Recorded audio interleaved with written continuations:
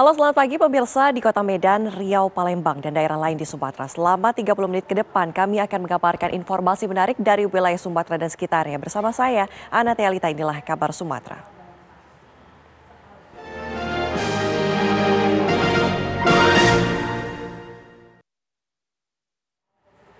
Suami istri asal Lampung turut menjadi korban pembunuhan berantai berkedok dukun pengganda uang Slamet Tohari. Kedua korban telah hilang kontak dengan keluarga lebih dari 1 tahun lalu.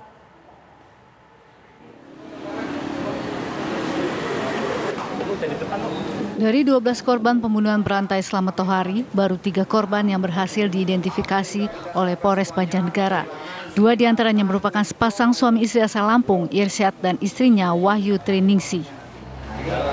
Kemudian kemarin kita juga mendapatkan 2 temuan mayat dan diakui oleh tersangka bahwa namanya adalah saudara Irsyad. Dan kemudian tadi malam kami juga mendapatkan informasi dari warga masyarakat Lampung bahwa saudaranya pernah hilang, yaitu atas nama saudara Irsyad. Dan yang perempuan ini kebetulan istrinya bernama Wahyu Triningsih. Nah ini kami sudah mendapatkan, sudah dari keluarganya sudah mengirim fotonya, baik Pak Irsyadnya dan Ibu Wahyu Triningsihnya. Dan ini pun sudah kami cross check kepada tersangka bahwa tersangka mengiyakan bahwa inilah yang telah dibunuh oleh tersangka, yaitu warga masyarakat Lampung. Irsyad dan istrinya merupakan warga desa Tanjung Rejo, Lampung. Menurut keluarga, korban berpamitan untuk mengajar kursus di Pulau Jawa. Keduanya pergi meninggalkan keluarga dan kedua anaknya lebih dari 1 tahun lalu. Pihak keluarga pun meminta Mbah Slamet dihukum dengan berat. Dari HP. Dari TV. Iya, dari HP. Berita dari HP itu cucu saya itu. Yang ngasih tahu sama saya. Ngasih tahu, ya kan. Tapi Bapak belum masih ragu dengan belum ada hasilnya, Pak ya. Iya. Terus harapannya seperti apa sih Pak dengan kejadian terjadi seperti ini sih Pak? Harapannya ya kita yang menyesal lah, kalau bisa dituntut seberat-beratnya lah orang itu yang mungkin yang nggak benar sama anak saya. Nanti dikawal anggota. Saat ini sedang dilakukan proses identifikasi dengan mencocokkan DNA korban dan keluarga.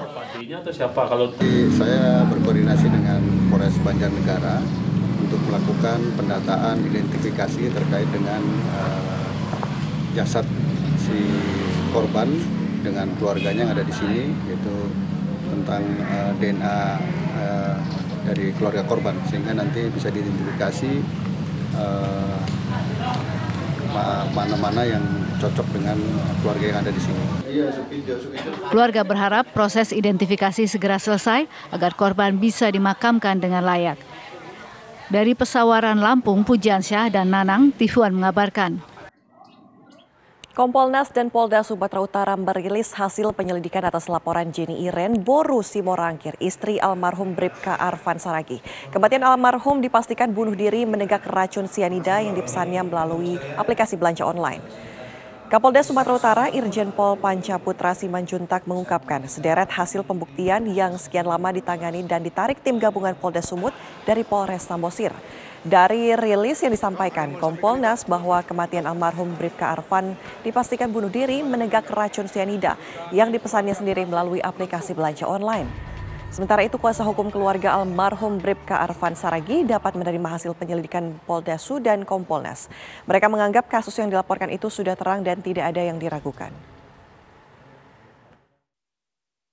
Termasuk dukungan oleh ahli toksikologi dan laboratorium forensik. Penyebab kematian korban disimpulkan korban mengalami mati lemas akibat masuknya sianida ke saluran makan hingga ke lambung dan saluran nafas, disertai adanya pendarahan pada rongga kepala akibat trauma tumpul. Itu yang terungkap di dalam surat visum, sudah dijelaskan oleh ahli dan kedokteran forensik. Seorang pengedar sabu ditangkap saat turun dari kapal yang berlayar dari Sibolga dengan tujuan akhir Gunung Sitoli. Barang buktinya 15,6 gram sabu.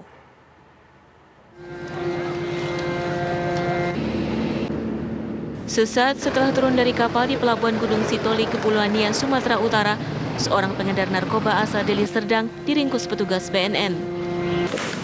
Dari tangan Andi Syaputra, petugas menyita 15,6 gram sabu, nilainya 50 juta rupiah. 15 gram, 63 miligram. Saya ulangi, berat sabu-sabu beratnya 15 gram, 63 miligram. Pelaku mengaku diminta membawa sabu tersebut oleh seorang sopir jasa ekspedisi dari Medan. Petugas kini masih mengembangkan kasus ini untuk mengungkap jaringannya. Dari Gunung Sitoli, Kepulauan Nias, Sumatera Utara, Oneman Halawa, TV One mengabarkan. Penyelundupan sejumlah barang dari Cina digagalkan Polrestabes Palembang, Sumatera Selatan. Di antaranya mesin motor gede bernilai miliaran rupiah.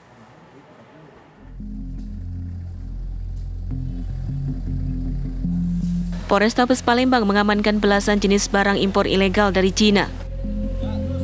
Barang disita saat diangkut menggunakan truk box melintas di Jalan Soekarno-Hatta, Kelurahan Talang Kelapa, Kecamatan Alang-Alang Lebar, Palembang. Ada 18 jenis barang, diantaranya mesin motor gede, beragam botol minuman anak berbagai merek, pengisi daya ponsel, pakaian berbagai merek, dan barang lainnya yang nilainya total 10 miliar rupiah. Data di sini ditemukan setidaknya ada 18 jenis barang, diantaranya ada 4 unit mesin Harley Davidson, kemudian ada barang-barang elektronik dalam bentuk terurai. Ini diduga akan dirakit menjadi sebuah handphone, tapi masih terurai. Kemudian juga ada garment. Untuk sepeda motornya sendiri juga ditemukan ada spare part lainnya, seperti frame, rangkanya sepeda motor.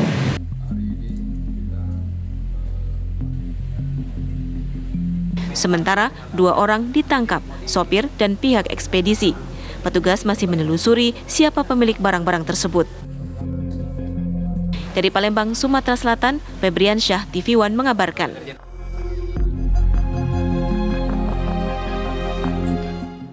Informasi lainnya akan kami hadirkan usai jeda, tetaplah bersama kami.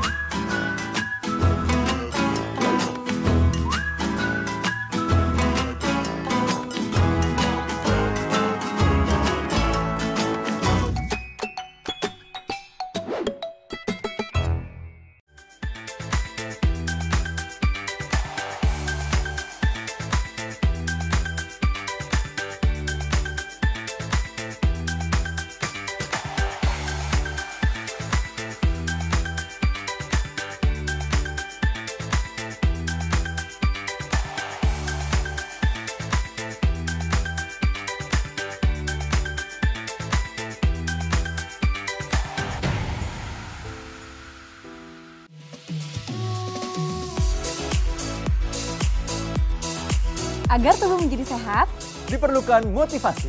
Saksikan Hidup Sehat dan Hidup Sehat Plus setiap Senin sampai Jumat pukul 9 pagi hanya di TV One. Menghadirkan informasi penting dan menarik. Kasus penularan varian Omikron di Jakarta Barat, negara kita memastikan kesehatan udara di dunia yang mereka menawarkan melalui media sosial. Semua tersaji lengkap menemani waktu siang Anda.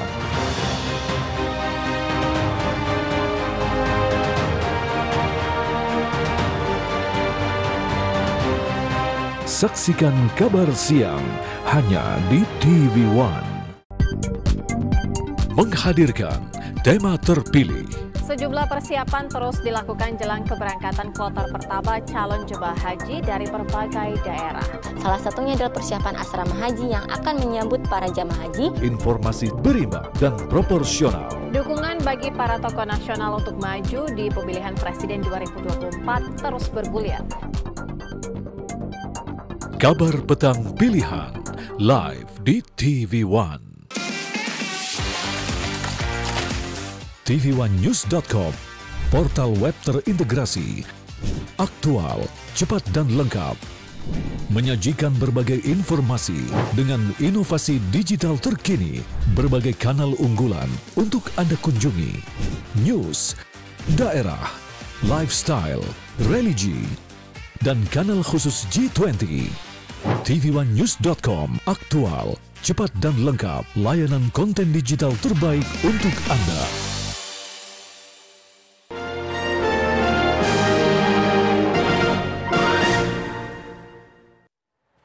Pemberhentian Brigjen Pol Endar Priantoro sebagai Direktur Penyelidikan KPK memantik reaksi Presiden Joko Widodo dan Kapolri.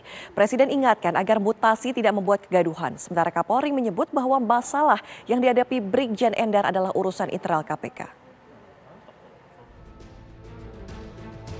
Polemik mencuat setelah Brigjen Polisi Endar Priantoro diberhentikan sebagai Direktur Penyelidikan Komisi Pemberantasan Korupsi (KPK). Atas keputusan itu, Brigjen Pol Endar melaporkan Ketua KPK Firly Bahuri dan Sekjen KPK Cahya Harefa ke Dewan Pengawas.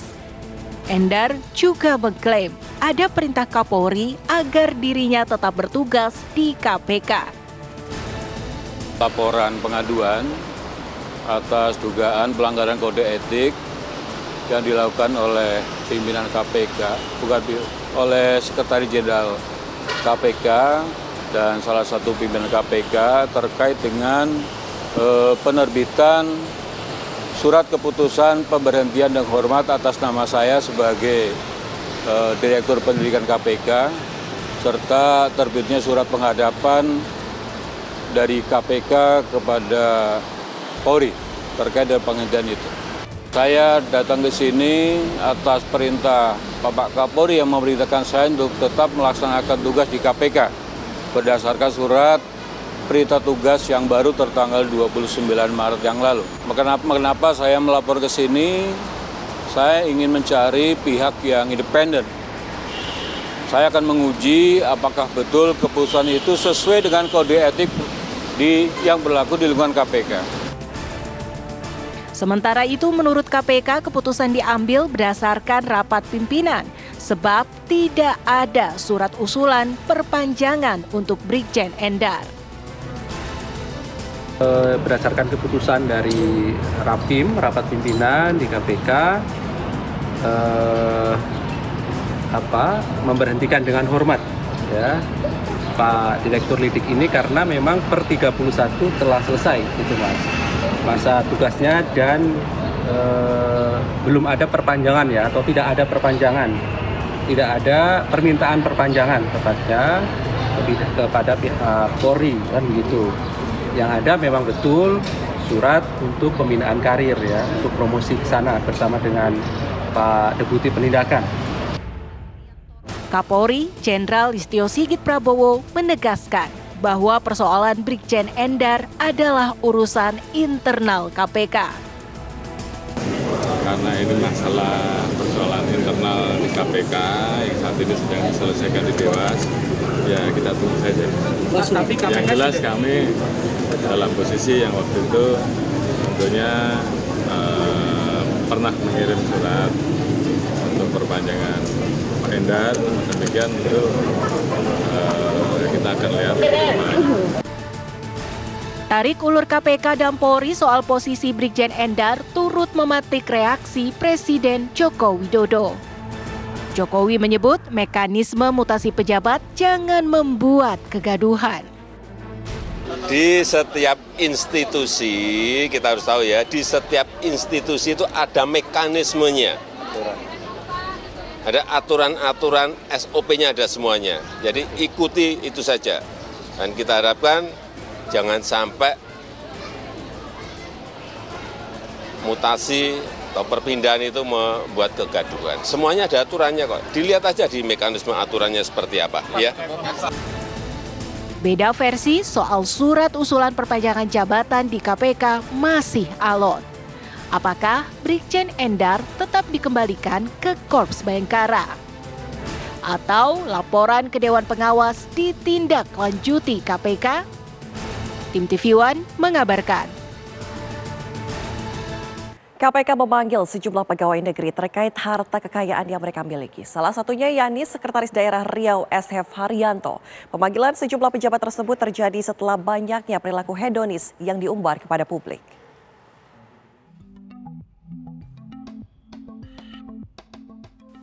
Sekretaris Daerah Riau SF Haryanto memenuhi panggilan Komisi Pemberantasan Korupsi di Gedung Merah Putih KPK.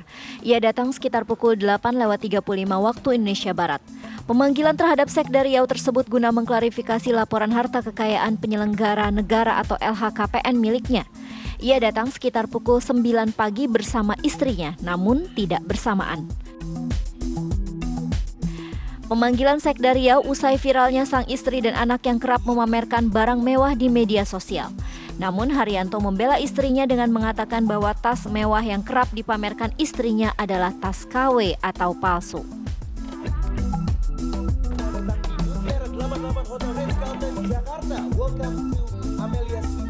Selain itu, Haryanto juga sempat mengeluarkan pernyataan kontroversi setelah menjelaskan pesta mewah ulang tahun putrinya. Ia mengklaim acara 17 tahun anaknya itu tidak digelar besar-besaran, tetapi hanya di sebuah toko bernama Ritz-Carlton. Sebelumnya, video dokumentasi acara ulang tahun Putri Haryanto viral di media sosial. Pesta digelar di Hall Mutiara 88, Hotel Ritz-Carlton, sebuah hotel bintang 5 di pusat kota Jakarta. Selain Haryanto, KPK juga memanggil penjabat PJ Bupati Bombana, Sulawesi Tenggara, Burhanuddin. Ia harus menjelaskan hartanya setelah memperlihatkan plesir ke sejumlah negara bersama istrinya. Burhanuddin juga harus menjelaskan barang-barang mewah yang kerap dipertontonkan istrinya kepada lembaga rasuah.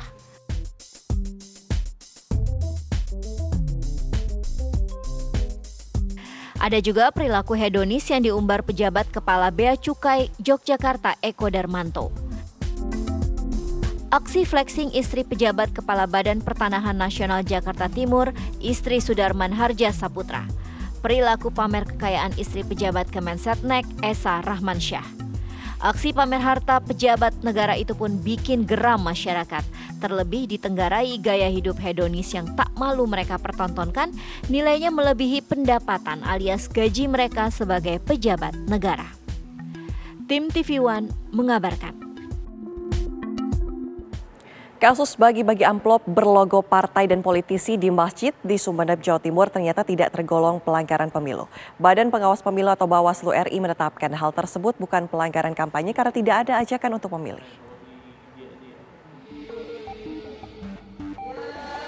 Badan Pengawas Pemilu Bawaslu RI akhirnya menyelesaikan pengusutan kasus pembagian uang dalam amplop berlogo partai dan politisi di Sumeneb, Madura, Jawa Timur. Sebelumnya viral di media sosial adanya pembagian uang dalam amplop berlogo partai dan politisi yang terjadi di sejumlah masjid berbeda di Sumeneb. Amplop tersebut berisikan uang senilai Rp300.000, disertai foto PLT Ketua PDIP Jawa Timur Said Abdullah dan Bupati Sumeneb Ahmad Fauzi. Namun berdasarkan hasil penelusuran, Ketua Bawaslu Republik Indonesia Ahmad Bagja menyimpulkan tidak terdapat pelanggaran pemilu dalam kasus tersebut.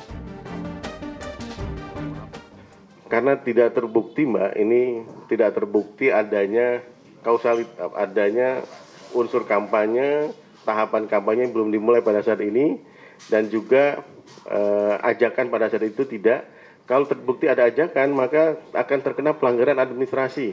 Bentuknya apa? Salah satunya teguran ataupun juga nanti bisa juga pengurangan masa kampanye jika terjadi di masa kampanye. Meski tidak terbukti adanya pelanggaran pemilu, pihak Bawaslu menegaskan akan mengimbau seluruh peserta pemilu untuk tidak melakukan kegiatan politik praktis di tempat ibadah. Dari Jakarta, Jasmine Rahmadi, Bowo Iman, TV One mengabarkan. Berbagai dukungan terus mengalir ke sejumlah kandidat calon presiden. Di Solo, Jawa Tengah, kaum milenial antusias menyambut kedatangan AHY. Sementara di Lamongan, pendukung Ganjar menggelar pelatihan membuat nugget dari ikan laut. Sejumlah kaum muda menyambut kedatangan Ketua Umum Partai Demokrat Agus Harimurti Yudhoyono atau AHY di sebuah kafe di Solo, Jawa Tengah. AHY yang datang bersama istri dan jajaran pengurus DPD dan DPC Jawa Tengah bertemu kelompok milenial dalam rangka Safari Ramadan. Dalam pertemuan 2 jam, AHY berupaya menampung dan menyerap aspirasi dari para kaum milenial. Pada forum Ramatama dan diskusi ini, AHY banyak menerima pertanyaan kelompok milenial terkait permasalahan pendidikan hingga persoalan politik.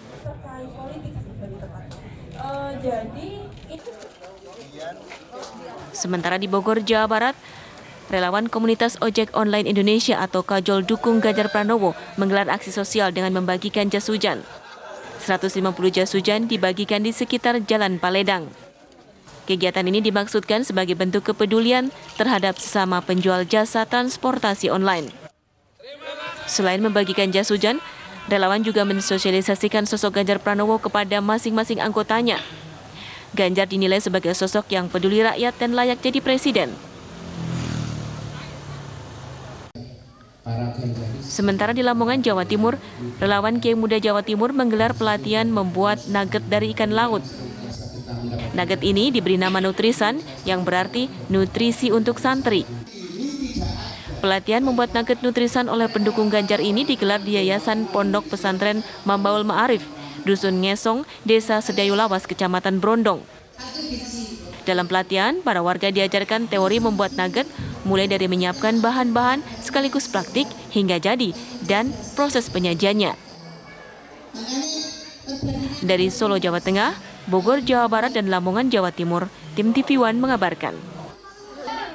Informasi lainnya akan kami hadirkan usai jeda. Tetaplah bersama kami di Kabar Daerah.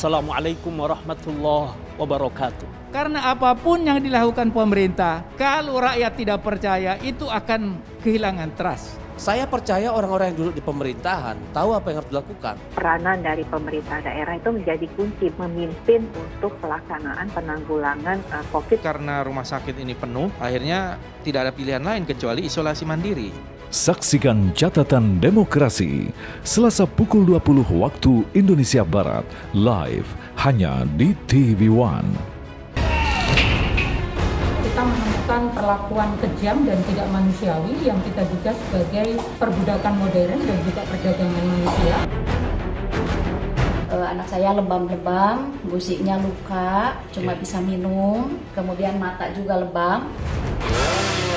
Hukum kita juga sudah bisa menegakkan bahwa anak-anak itu bisa tetap dihukum. Telusur di TV One.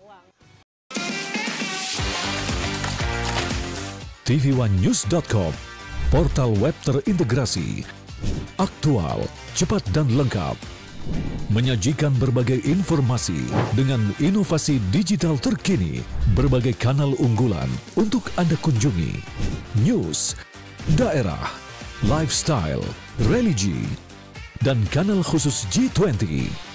TV1news.com, aktual, cepat dan lengkap, layanan konten digital terbaik untuk Anda.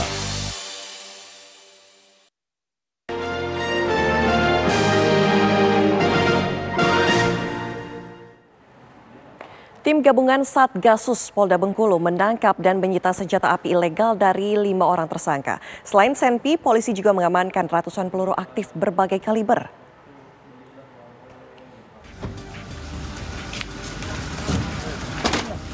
Saat penggeledahan, tim gabungan Satgasus menemukan puluhan pucuk senjata api berikut amunisi aktif. Tim gabungan yang melibatkan tim Densus 88 melakukan pengembangan terhadap keberadaan home industri perakitan dan pembuatan senjata api, baik jenis senpi laras panjang maupun laras pendek, dan berhasil menangkap 4 orang lainnya. Kelima tersangka ini yakni HM sebagai pemilik home industry, AM sebagai perakit dan pembuat senjata, SO penjual amunisi, sedangkan 2 lainnya RO dan SU masing-masing berprofesi sebagai pegawai negeri sipil di Dinas Pendidikan Provinsi Bengkulu serta pegawai Lembaga Pemasyarakatan Arga Makmur Bengkulu Utara. Berhasil mengamankan sebanyak 102 senpi api ilegal yang mana terdiri dari 95 pucuk senjata api panjang, 7 pucuk yang pendek, dan diamankan 5 orang tersangka. Para tersangka dijerat dengan pasal 1 Undang-Undang Darurat tahun 1951 dengan ancaman hukuman mati atau seumur hidup.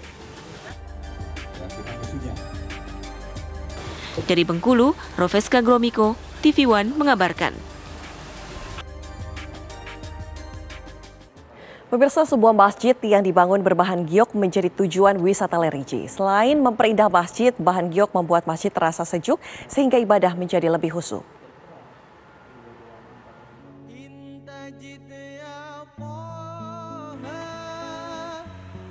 Masjid Agung Baitul A'la atau lebih dikenal dengan Masjid Giok di Nagan Raya Aceh menarik perhatian umat Islam.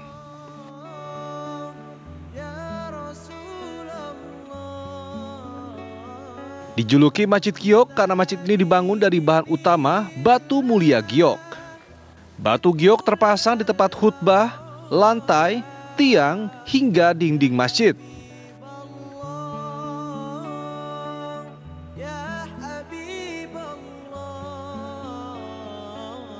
Warna alami batu giok membuat Masjid Baitul A'la terlihat indah. Giok yang digunakan berasal dari pegunungan Butong Ate di Nagan Raya.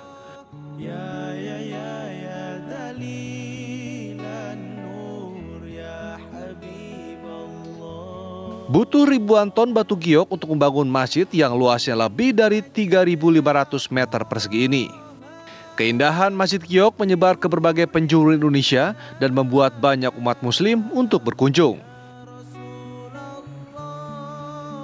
Mereka ingin melihat keindahannya serta merasakan ketenangannya saat beribadah. Dari desainnya termasuk dari batu giok ya, batu giok. Termasuk di Nagan Raya termasuk batu giok nih satu penemuan yang paling banyak.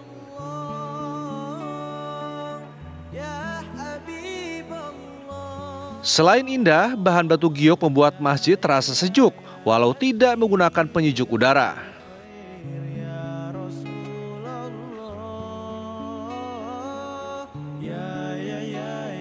Di masjid ini sangat adem suasananya, itu tanpa mati api kita dalam beribadah itu masuk kemari begitu sangat tenang.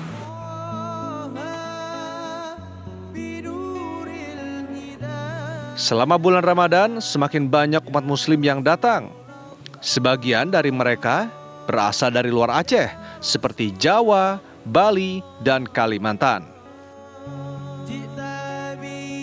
Dari Nagan Raya Aceh, Haidir Azhar, TV One mengabarkan.